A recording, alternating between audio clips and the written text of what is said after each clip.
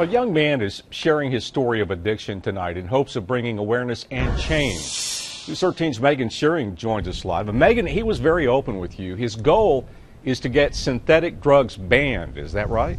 That's right, Larry. Brandon Cox says he has a new addiction, changing the law. He says he will not give up until street drugs like this are made illegal in every state. It was a decision Brandon Cox says changed his life forever. You know, curiosity kills the cat, and that's what happened. A few years ago, he went into a store, bought synthetic drugs, and smoked them.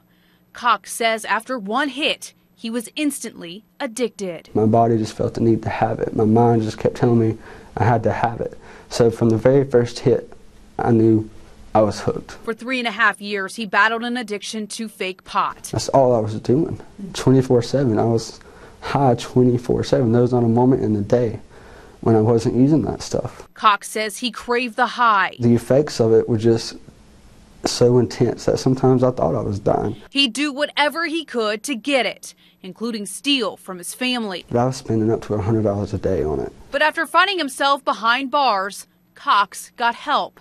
And now the 21-year-old is speaking out about the dangers of synthetic drugs. It's not good stuff.